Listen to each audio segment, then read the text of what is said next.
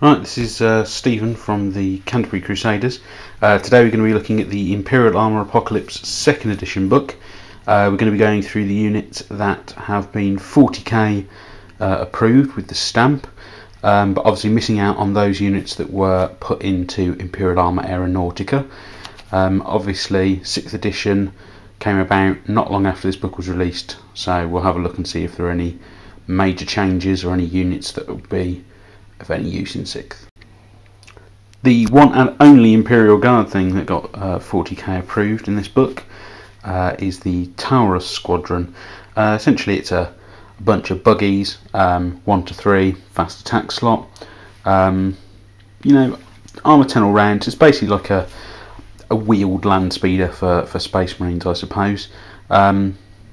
Comes with a heavy flamer as standard.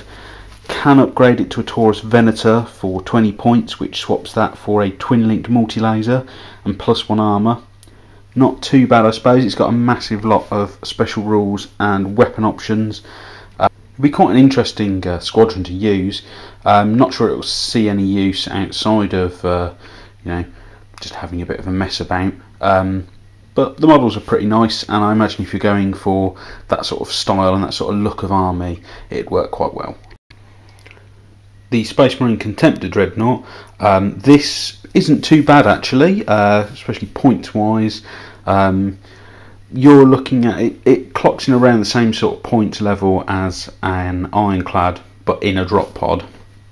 It has got front armor 13, it's got a massive choice of weapon options, it has weapon skill 5 as well, and an invulnerable save, as well as fleet.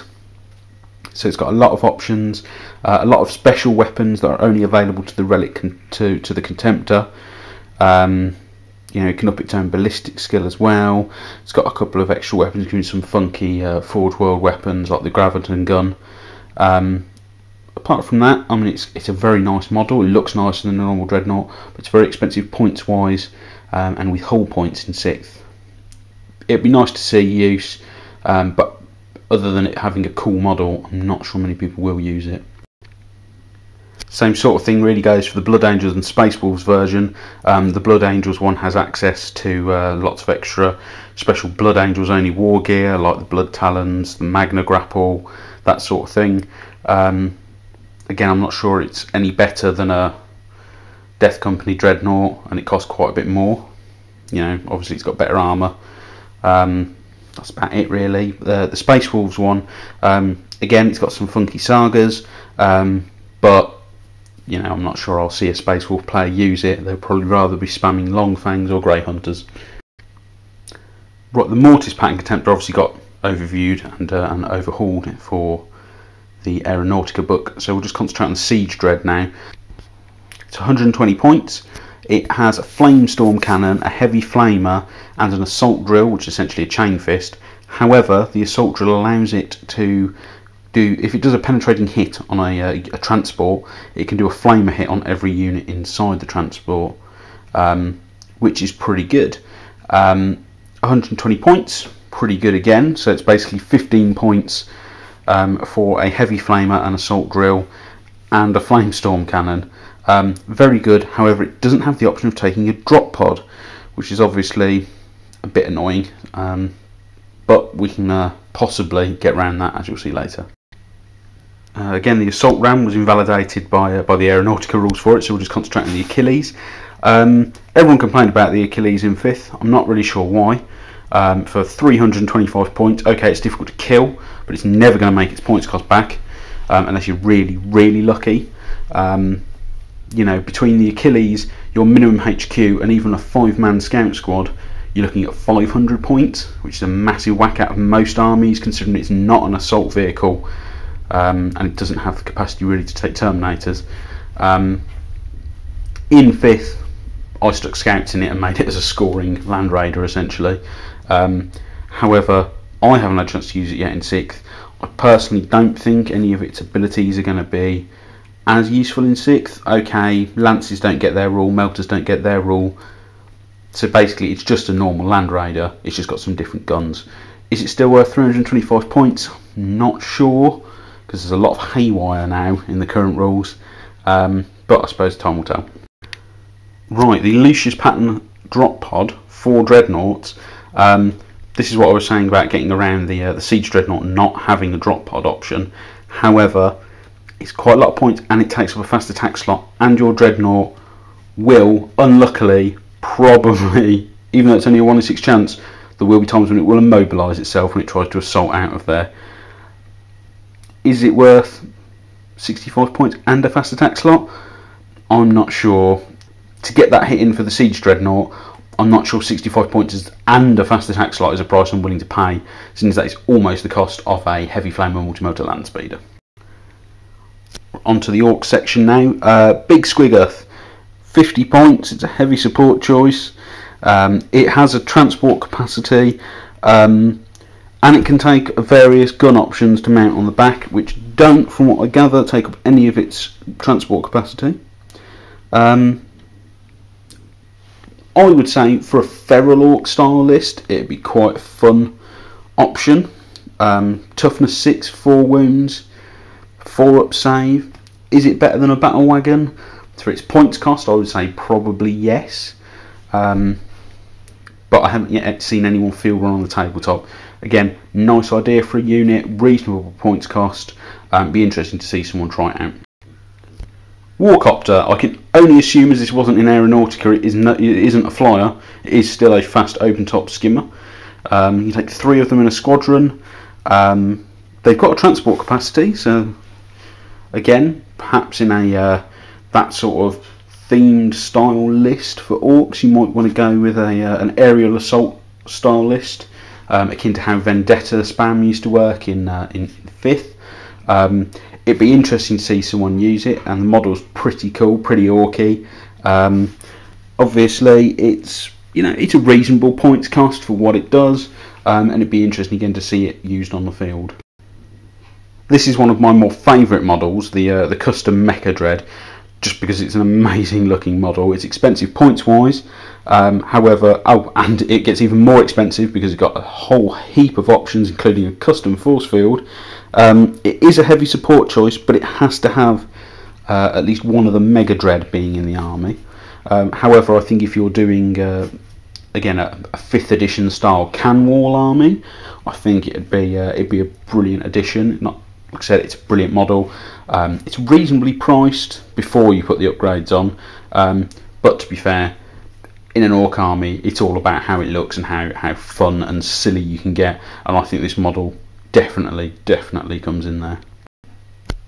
Lifter Wagon, again, Orc vehicle, front arm 14, pretty good, almost the same cost as a Land Raider, and it fulfills that hilarious Orc style contraption of it could be horrifically effective, or it could go horribly wrong the first time it fires. Personally, again, I'd love to see this fielded in a game, just to see how it does. Again, I like the model. Points wise, I think for the potential of it going horribly wrong, I think it might be a bit too expensive. However, I imagine you get a lot of fun out of using one of these. These 2 pages, however, are possibly my favourite from the Orc section. If anyone remembers Gorka Morka, and we had the Rebel Grots, these sort of seem like the natural evolution from that. As far as on the tabletop goes, the Grot Tank Battle Mob, I think is reasonably good. It's got a 5+ invulnerable save due to its special rules. It's an elite choice as long as your army contains at least 1 big mech. You take 6 of them. Okay, they're only 10 all round, but they're pretty nippy for what they are. They're all a minimum of 35 points to give it 1 big shooter. Again, I think they just look brilliant, and it'd be great to see an army themed around the Mega Tank. Again, it's a brilliant idea for a vehicle. It's only 70 points.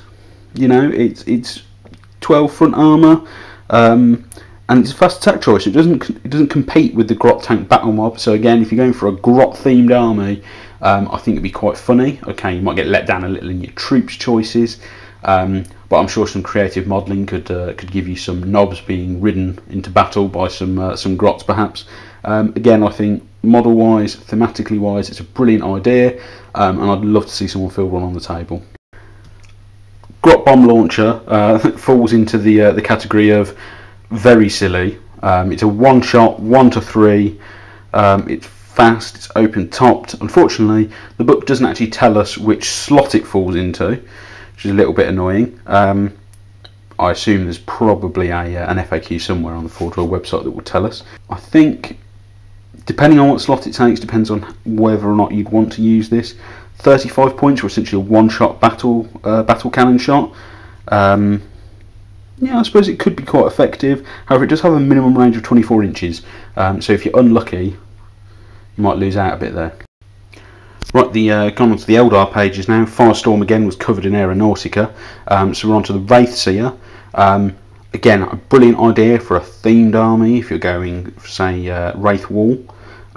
So if you're looking at perhaps an Iodine themed army, I think it's a great choice.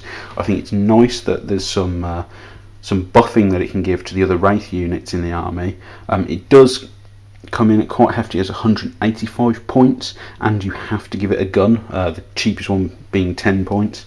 And there must be at least one other HQ choice in the army, and you must include a unit of Wraith Guard. So you're looking at almost 200 points. Throw in a minimum size unit of Wraith Guard, so 3 of them, that's 400 points, plus you're going to assume a Farseer as a HQ. You're about 500 points all tied up in one 3-man elite unit and your 2 HQ choices minimum. Again, I think go for it if you're doing a Wraith Wall or an Iodine themed list. Otherwise, as pretty as the model is and as good as its stats are, not sure it's worth all the added Wraith Guard tax you have to pay to get it on the field. Hornets, in my mind, are amazing. You're talking at a slightly more expensive by only a few points Viper, depending on what you arm it with. I'm assuming if you don't give it any upgrades, it's obviously got the Shuriken cannons. Compared to a dual Shuriken cannon Viper, this isn't open topped. It has front and side armor 11. It has ballistic skill 4. It's a fast attack slot, which in the Eldar Codex isn't usually particularly filled up. It's got scout. It's got aerial assault. It's so much better than a Viper. I hope these make it into the next Eldar Codex. If they don't, I can see loads of people buying them anyway, just because they are brilliant by comparison to Vipers, and they fill that slot that is very rarely used outside of Forgeworld models, oddly enough, for Eldar. The Warp Hunter, people are basically saying this is the new Fire Prism, and I can understand why. Okay, it's slightly shorter range, but apart from that, its cannon does the same sort of thing, and it can instant death things, it can penetrate vehicles reasonably easy. Again, it's a really fun, interesting vehicle from Forgeworld, and it's actually reasonably priced points-wise. Again, I hope to see someone field this, and I'd love to see what it does. On to Tyranids now. We've got the Malanthrope, which is a new HQ choice. Massive host of special rules, biomorphs, all sorts. Toughness 5, 4 wounds, so they can survive most instant death. They've also got the ability to, if they kill something in close combat, they can give all friendly Tyranid models or units within synapse range preferred enemy against the enemy type that the Malanthrope has slain. So that's pretty cool. I don't know if it will see any use, but again, it's extra stuff for Tyranids, which is always good at the moment since they've been screwed over with the ally rules. It'd be interesting to see someone use it. I'm not sure, however, they're going to be able to get that kill with only 3 attacks. Strength 5. You know, it'd be interesting to see what happens. The Meiotic Spore, from what I can gather, is pretty much a delivery system for more Spore Mines. 1 to 3 in the first attack slot. Only 35 points. And again, it's an interesting idea. Does a decent Strength 5 AP3 large blast when it dies. Much like a Spore, as soon as it comes into sort of touch or close proximity to an enemy unit, it'll explode. And it scatters all these extra little Spore Mines around. Again, nice, interesting idea. Haven't seen anyone use them. But again, like I said before, any extra stuff added to the Tyranid Codex at this point is a good idea by me. The last 6th edition approved, or sorry 40k approved unit is the Stonecrusher Carnifex. It suffers from exactly the same problems that all Carnifex suffer. You can't buy it in broods though either, so it's 1 for almost 200 points. Again, some interesting things, but not brilliant because it's stupidly expensive because it's a Carnifex. Tau got 3 units. These are 2 of them. Obviously the drone fighter was covered again in Aeronautica. So the Piranha, again it's just a different type of Piranha with different weapons. You know, it's got a large choice of weapon options, but to be honest, why wouldn't you just take the normal Piranhas from the book, or Tetras at the moment, which aren't in this book but were 40k approved prior to 6th edition, and Tetras, to be perfectly, much better. Again, it's good for having a fast skimmer that can zoom around and melt things, but again, battlesuits can do that, and to be honest, the Piranhas in the current codex can do that anyway. However, the battlesuit commander, Ra'alai, depending on how you want to pronounce it, that's probably completely wrong, 190 points, so he's expensive, but the sheer amount of choices he has when firing his guns, because he's got 3 different special ammunitions. You know, his weapons are good. He's got a drone controller. He's got all sorts of extra upgrades. Generally speaking, he's pretty good. I think he adds quite a bit to if you were doing the lone battlesuit commander tagged on to say a unit of broadsides to soak up fire. I think potentially he could add quite a lot to that, because he's got his own built-in marker drones and a shield generator. So it'd be interesting to see him get some use. Tombstalker for the Necrons. It's the only thing that they got in this book, although they are rumoured to be getting an Imperial Armour book soon, much like Dark Eldar apparently. It's cheaper than a Land Raider for a decent monstrous creature that can, thanks to the Necron Codex, come through the portal on the monolith, should you ever wish to take a monolith. I know a lot of people bemoan the fact that they're now a lot more useless apparently than they used to be in the last edition, but this model itself, it adds something that the Necron Codex doesn't necessarily have. I think it fits in well if you're going to go with a Canoptech army, so wraiths, spiders, all that sort of stuff, and I think it looks very nice. Quite what you'd ever use as guns, I don't know, but the model itself is pretty good, and its rules and its points are actually very reasonable. On to Dark Eldar now. The Reaper. Again, it's a nice idea. It's got a haywire gun essentially, including a large blast, which obviously in 6th is now much better.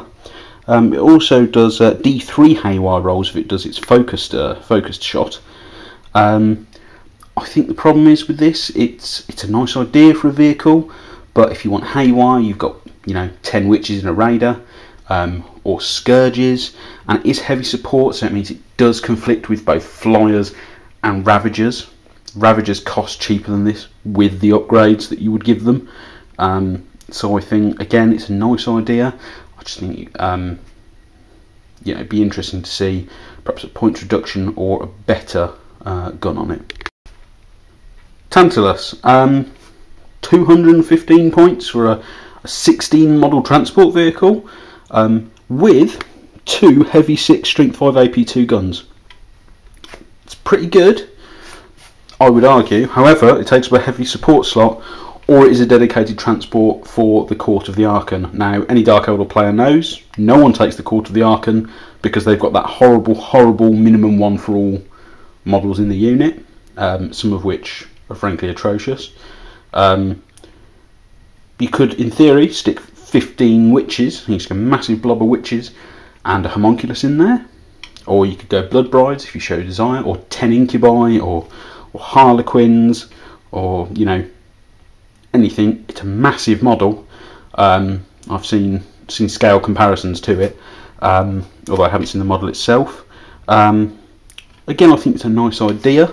Whether or not it'd see any use because it competes with Ravagers and Flyers, I don't know. But again, it's something extra and it'd be nice to see. Right, the Chaos Contemptor. I can't say a huge amount about this on the basis that there's a new Chaos Codex due apparently in a week or so's time. Again, it's just like the normal Contemptor, only you can mark it, and the marks do various things. By far the best is the Nurgle one, because I think or at least it was. Sorry, it was in 5th. It was the really good one because it did -1 on the damage roll. It's got some decent choices of weapons, including the much loved Butcher Cannon. Strength 8, AP 4, Heavy 4, which is rumoured to be dropping in the new Codex. So I'm sure we'll be seeing a lot of Chaos Cyphermen. So that'll be fun for everyone. Again, that's about all we can really say about this at the moment, because it depends on what sort of Dreadnoughts, the Hellbrute and all that sort of things come with the new Chaos Codex. The Spawn and the Spined Beast. Again, new Chaos Codex due soon. Not sure quite how these all now work. Again, monstrous creatures, but you can make flying demon princes if you wanted monstrous creatures, who would be faster. Toughness 6, 4 wounds, both of them. Again, demon prince sort of stats, or at least they were in the 5th edition Codex. Again, I think the problem with these is we'll be waiting to see how the new Chaos Codex looks in a week or so's time. Right, and that's our look at Imperial Armour Apocalypse 2nd edition. A nice book as always from Forgeworld, very pretty, full of lots of coloured diagrams, drawings, nice models. Obviously there's a lot of extra stuff that we didn't go through, such as the Apocalypse things and the missions. One of the major downsides I will however say for this book is because 6th came out not long after it came out, coupled with the fact that Aeronautica changed quite a few of the units that were in this book. I'm not sure if maybe they should have actually held off until after 6th, but again, it's a nice book, and the units in there, they add diversity to the 40k universe. It's fine by me.